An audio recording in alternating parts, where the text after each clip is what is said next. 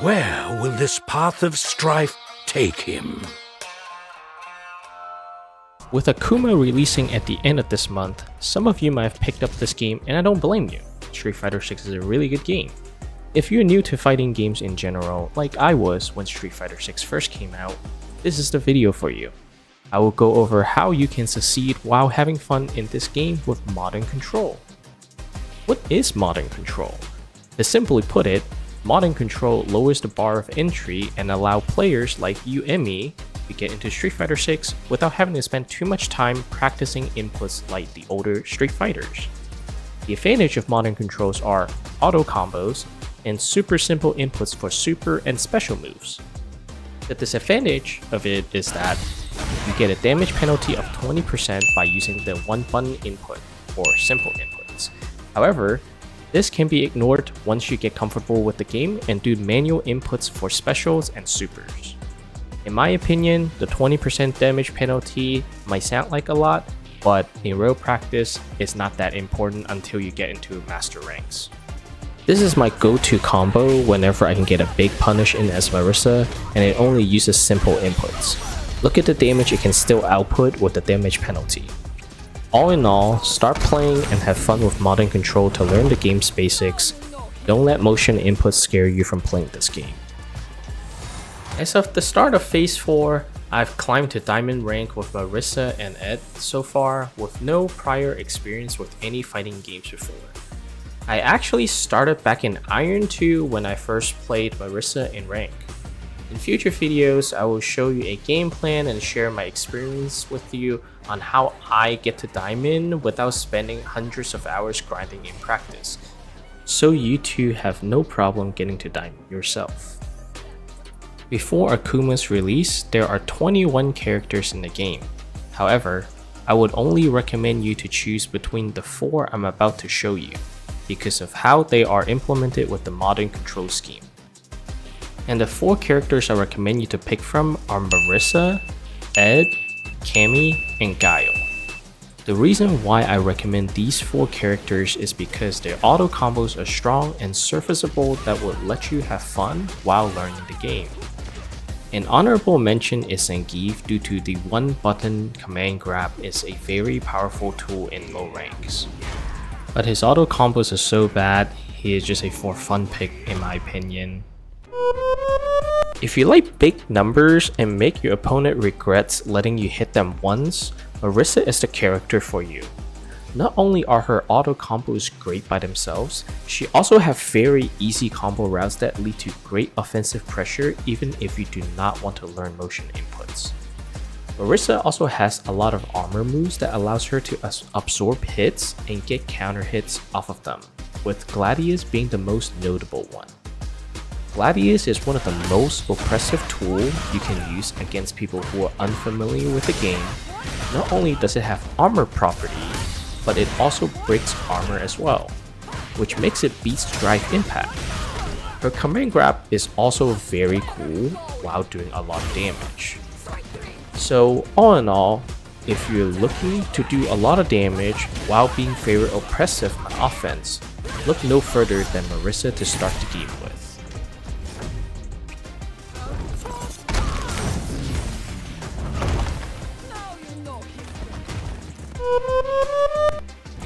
Marisa might be a big muscle juggernaut who does a lot of damage with her fist, but if you're a boxing fan, definitely take a look at Ed. Capcom put a lot of work into making sure Ed is the boxer character for this game. I mean, just look at the footwork and animation, man. It's sick nasty. One important fact to note about Ed is, since he's a pure boxer, he has something called flickers instead of kicks. And I ain't mad about it because the flickers are pretty cool looking replacements while keeping it true to his boxer identity. But enough about how cool Ed looks, let's go over his auto combos. Unlike Marisa, Ed only has great medium and heavy combos due to his standing light punch, which is the light auto combo starter, is very short range. So unless you're like right next to your opponent, it's not really gonna connect. But the good thing about his light auto combo though, it starts with a 4 frame move instead of 5 frame like Marisa, and if you press it early enough, the combo itself is fast enough to break drive impact, which a lot of low rank players like to spam. And similar to Marisa, Ed is also a strike throw type character because he doesn't really have an overhead attack unless he jumps. And just like Marisa, his heavy auto combo is meterless while doing a lot of damage. Not only is his standing heavy punch, which is the heavy auto combo starter, is very far reaching and safe on block if you space it out correctly, he can also use the OD Psycho Flicker after to force a 50-50 strike throw mix-up, or use the special button for a light Psycho Flicker to chip away almost one whole meter for your opponent's drive gauge. So although Ed doesn't seem to do as much damage as Marisa, because he's not a Juggernaut, he has a lot more tools to work with, like a unique Fireball, a DP, which Marisa doesn't have, and he has Throw Loop without having to spend Drive Meter. So if Marisa isn't your cup of tea but you still want to have a powerful fist, definitely try Ed out. On to Cammy. If you like a faster / rushdown playstyle, Cammy will be right up your alley. As a fan favorite character because of reasons, she is back to hit you with her nasty mix-up and dive kicks. As a rushdown character, Cammy naturally does less damage per hits compared to other characters in the roster, but she's compensated with faster walk speed and fast buttons. Unlike Marisa and Ed, not all her auto combos are all that useful. The only ones that I really find that is very good to use is her light auto combo, which leaves you at a very good number for the plus frames, and there's situational usage for her medium one because it allows you to side switch, so you don't have to learn an additional route just to side switch if you're stuck in the corner. Although that means she is not as pick up and play friendly like Marisa and Ed, she's still got some really very cool stuff to play with if you like to experiment with stuff, like Dive Kick, Spinning Knuckle, which allows you to get through Fireball, and Hooligans. And Hooligans allows you make your opponent guess whether the strike is overhead or a low or is a throw. So there's definitely some cool stuff you can do with Cammy. And depending on your master of her dive kick, you can definitely abuse it and climb very high in rank because you're safe if you space it out correctly and only hitting the toes. So honestly, even after getting the diamond, I'm not really getting used to reacting and stopping Hooligan myself either. So I would say you can definitely abuse it and just force your opponent to guess whether it's a strike or throw, whether they need to block high or low, even if it's a strike. So the strength of Cammy is to continuously keep your opponent guessing what your next move is instead of just one big combo that does a lot of damage, and never let them know your next move, my friend. Gao might not be a fan favorite character like Cammy, but he's definitely an OG who has been in the series for a very long time. Unlike all the other characters I've mentioned previously, Gao is a charge character instead of a motion input character. What that means is you have to hold down a button to generate charge before you can perform certain moves. I won't go into details about charge versus motion input, but just know that it's a personal preference thing and what you're comfortable with. So I recommend you trying it out if motion input is what's stopping you from playing fighting games before.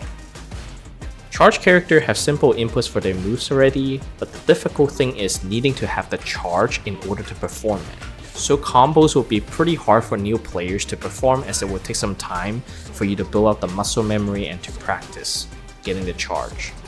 The good thing about Gao's playstyle is that he doesn't really rely on combos. Although he doesn't rely on combos to win, that doesn't mean he doesn't have good combos or have bad damage. All his auto combos are very serviceable, and that's all I've used while playing him. As you might have seen when I showed you the rank earlier, my Gaio's highest rank was Diamond, but I consider it to be pretty hot garbage because I didn't even flash kick once successfully to anti-air, which is the trademark of Gaio, because I'm just not used to charge characters. But the auto combo helped me out a lot to punish my opponent's mistakes, and the reason why he was placed in Diamond was because I benefited heavily from Gao's playstyle, which is to throw booms and then run. Unless you're facing Dhalsim or JP, all the other characters are forced to play Gao's game, and they have to try to get into range to punish Gao. If you're patient enough while throwing booms, they will make mistakes and you can just punish them accordingly with your auto combos.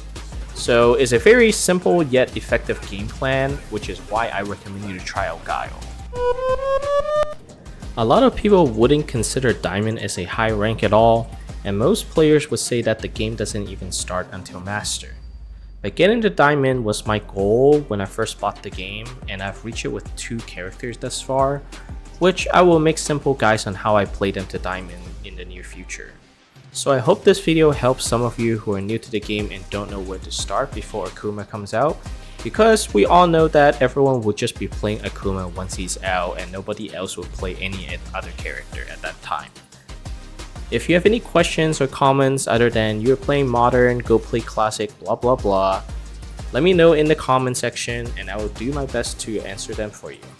Until next time, it's time to nod off.